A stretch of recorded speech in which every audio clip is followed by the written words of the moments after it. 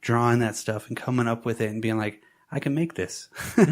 Or how am I going to make this? You know, it shows. And it shows in this movie that production team was probably, you know, you put them all together again. Are they going to make the same thing? Probably not. But at the same time, they are going to have another great run at something. Absolutely. You put all these pieces together, you're not going to make a thing too. You're going to make something completely different, and it's going to be just as good. They were all of them were dedicated to their art. Yes, 100%. 100%. Yeah. You know? You had John Carpenter's vision when he's working with the actors and working with everybody. That guy is just a genius, in my opinion. Agreed. Just one of the best. Now, when it comes to the actors for it, again, going back to that ensemble kind of a cast and how great it was, it all is held together by not just one person. Even though one person is pretty much like the actual glue for it, but I don't really think so. I really don't. Kurt Russell being the main person in it, I think everybody lends everything to it. I agree with that. Kurt Russell's great. Nothing bad on him, but it's really the cohesiveness of the cast. And again, I just feel like you said, you know, they just brought their A game to each character. And there's a lot of unknowns. There's dedication there. Yeah, there's a lot of unknowns, and it was like, it was almost a proving ground for them, but at the same time, being an all-male cast, there was no like female posture type of a deal. You know, They weren't kind of like, oh, look, I'm the strong man in this movie. So it was everybody getting together trying to defeat this one thing, you know, whatever it was. Yeah, they weren't fighting over the only pussy on the train. Yeah. Well, back to the cast. I mean, you got Kurt Russell, and what else do I need to say? He plays McCready, R.J. McCready. He's been on so much, and if you've listened to us again, too, of course, you've seen Big Trouble in Little China. You've seen all the stuff that he's done. I don't think Kurt Russell necessarily steals the show because there's so many notable performances in it. Keith David. Yeah. Right. Come on. I mean, Wilford Brimley was kind of an unknown at the time, but he was an everyman. Right. You know, I mean, he'd been in a lot of older cowboy style movies. Yeah, he really wasn't in anything too big. Yeah, he was in. He had a lot of bit roles, but nothing like this. So I remember him from Our House. Yeah, and that was afterwards too. Yeah, of course. Yeah, he was playing in the Blair. diabetes commercials. Yeah, and that's what it says in my notes too. Oh, really? That diabetes guy. Diabetes guy. He was in one of my favorite movies too. Hard Target with Jean-Claude Van Damme. It's a John Woo movie, and he was on Cocoon and then Our House. You know, those are the notable ones. Besides being the diabetes guy. Yeah, Cocoon's probably one of the bigger ones for him as well. Yeah, and I'm pretty sure that was after the thing too. Oh, of course. You know? Yeah, it absolutely was. If you or a loved one have watched Cocoon, and then you love Steve Guttenberg, please go to your doctor and get tested. Don't get me started on Steve Guttenberg. He is a god. Yes, he is. I don't know about that. Not hating on him. I'm just saying he is. Watch your mouth. Ooh, getting rough over here. We're drawing a line in the stand, and Steve Guttenberg stands on my side. That's fair. That's fair. If you or Steve Guttenberg suffer from diabetes. Then we got T.K. Carter, Knowles. He was on the movie Domino, Ski Patrol, and he was on a lot of TV. A lot of these guys were TV actors. He was on Punky Brewster for a little bit. You got David Clinton. He was Palmer. He's a stoner dude. That was on the whole thing. He was the alternate pilot for it. He was my favorite character. Yeah. By far. Yeah. Knowles, T.K. Carter's character was the cook. Then you have, Palmer. He was on 30-something. And this is a weird little deal. He was on WKRP in Cincinnati, which is another if you ever wondered. Greatest theme song ever. Absolutely. Almost. It was awesome. What was his name? Venus Flytrap? Oh, yeah. Venus Flytrap was the shit. What was the other guy, the Howard Hessman's character? Was it Howard Hessman? No, Les Nessman? No. I meant the... Oh, yeah. The rocker guy. Shit, man. I'll remember. It's got to be Johnny something. Somebody let us know. Somebody let us know. And then we got Keith David, which this was one of his first ones. He was a big stage actor at the time. He's playing Childs, which he's another strong character in every movie that he does. He could be the lead on this movie. He really Absolutely. could have been. He was on They Live, Platoon. Another John Carpenter movie. Yeah. They Live. He's just a legendary actor. He's been on so many stuff, and he has done just as much as, say, Kurt Russell. He hasn't been as prolific Agreed. But he's been in as many things, maybe even more sometimes too. That's one thing I noticed with John Carpenter. When he likes somebody, he really is like, oh, I've got another role for you. I've got another spot for you. And you see the same guys in a lot of his movies. And he's a lot of the same character too. He does. And like Sure. somebody said that Kurt Russell plays the same character in every movie. Maybe. I don't buy that. Maybe, but not really. He's still Kurt Russell. Keith David, same thing. There's only a very few amount of actors that really do play themselves and everything. And that's like Ryan Reynolds? Yeah, pretty much. Yeah, Zach Galifianakis. Yeah. We got Richard Dysart. He was Dr. Copper. He did a lot of voice action stuff, or voice acting, and he was a voice actor on Spawn, the animated series, which is kind of crazy. Oh, really? I didn't know that. That was one of the best cartoon series, I think, of By HBO. Yeah, the 90s. It was just a really, really good series. He did I feel a lot like of stuff. anytime HBO decides to put its money into something, obviously they do a pretty good job. It's a great job. And then Charles Halloran. Was Norris or Halligan. He was in Dante's Peak, Twilight Zone, the movie, a lot of TV as well. Then we got Peter Maloney. He played Bennings. Yep. He was on The Summer of Sam and Manhunter, which was like the first Silence of the Lambs. Silence of the Lambs. I guess it was really the first Hannibal Lecter. Yeah. I'm pretty sure that was it. You got Richard Mauser too. Richard Mauser he's a very good character actor, and he's been on a lot of shit. Right? That was Clark, right? He plays Clark. He was in Blood In, Blood Out, one of my favorite movies too. I say that a lot about movies because all movies are my favorite. He was on It, the TV show, and he was on Rhoda. Yeah. and then you got Joel Polis. He played Fuchs. He was on Roseanne, Home Improvement. God, he was on a lot of stuff. He really a lot of TV shows too. A lot of these guys ended up doing TVs in the late 80s, early 90s.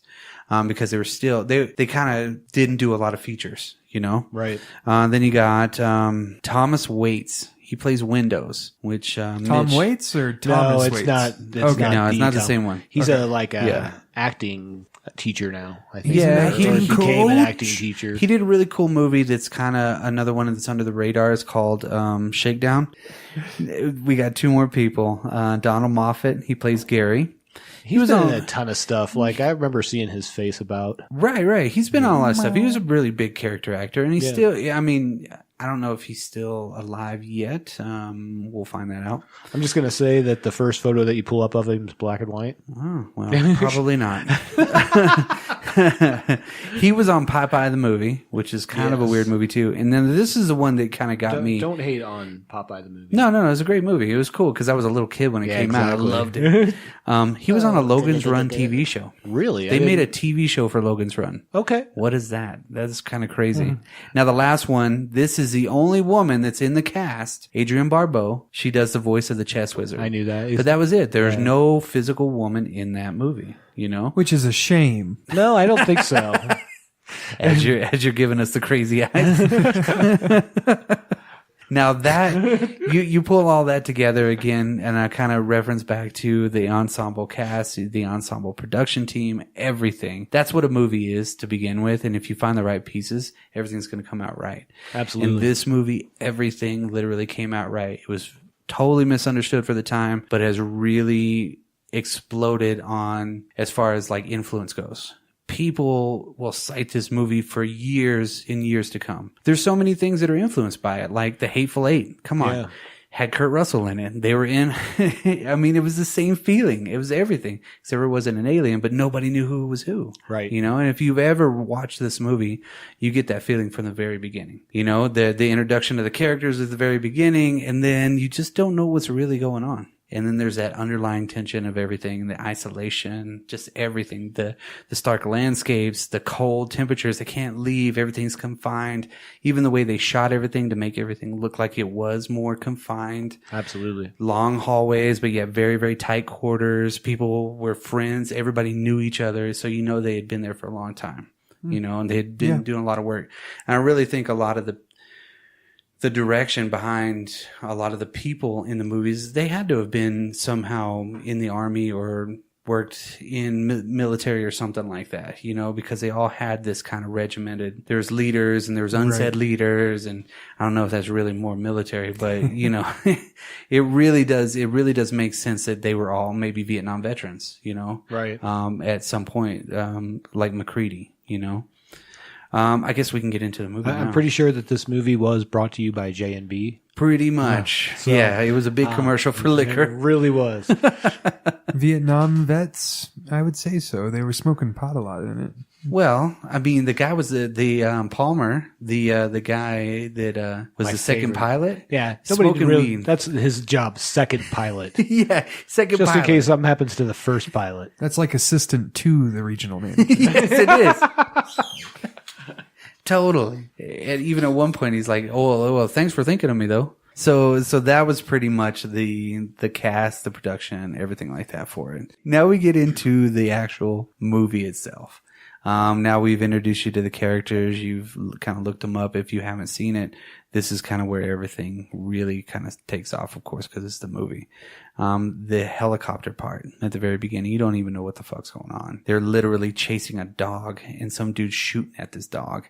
It's really kind of just, it's strange because you have no fucking idea what's going on. You know? The first time I saw it, I didn't realize they were shooting at the dog. I was just like, what is happening? Like, and then I was like, they're not shooting at a dog. Why would they? Yeah. You know? Yeah. And then all of a sudden you're like, oh, no, they're shooting What at a I dog. noticed too on one of the most recent views that I watched, they were coming over a mountain. Yeah. So this dog had been out there for a while. I remember you know? watching it for this podcast, actually, and my daughter walked in. She's like, oh, pretty dog. And all of a sudden it's like, she's like, what are you watching? Don't kill the dog. Don't kill it. It's got a guy. I got you. At some point, the dude's like right on top of it and he just can't get it. Oh, he's He like just the can't worst get it. shot ever. Yeah. And don't get me wrong, I know he's shooting out of a helicopter. Yeah. But that is a dog against blank white slate of snow. It's not not the for helicopter. Yeah. Aim, fire, go a little bit further, stop, aim, fire. Exactly. Into the movie right there. Done. In credits, please. That's foreshadowing right there, folks. That's how they should have ended it. That's in a real movie. Shortest movie ever. Yeah. How it should have ended. Then he has explosions too. Like literally, like he's throwing them like 100 yards away from the dog, which is weird. And then they sit down because they end up at the United States Research Facility camp. And they're there. They park the fucking helicopter and shit like that. The dude gets out with the fucking grenade and Oh, that's the best. whoops. Oh, whoopsie. But then why is he thinking, well, I need to go dig this shit out. Maybe I got enough time for this. Fuck no, you don't. No, you run the other way. Yeah. That's a grenade, son. I will say, if it was like the physics of the movie, that guy was like 40 feet away, 50 feet away, and was like thrown. Yeah, So yeah. I was like, yeah, I guess if you can't run that fast in Yeah, the you're not snow. going to get away from it. You might as well try to get it. Yeah. Well, that's after the What introduction. are you going of to the do after crazy. you got it? It's you can't You're going to be like, oh, I'm going can't to throw it a little bit further. Yeah. yeah, you can't unring that bell. It leaves his hand by 2 inches and Yeah. Right. Yeah, he's going to get it, throw it another 3 feet out of the way, and still get killed. Then he'd Yeah. be Stumpy the Swede. yeah. Stumpy He's not Dan. Swedish. He's Norwegian. yeah, I remember that. He's Norwegian. Damn Swedes. Well, that scene takes place after they introduce McCready, Right. sitting in his dill, drinking his fucking whiskey, Playing, on ice. He's yes. drinking whiskey on ice, surrounded by ice, And yes. and playing chess. And then he called cheating, bitch. At first, he's all cocky. It's like the first time he played it. Yeah. And he's like, God damn it!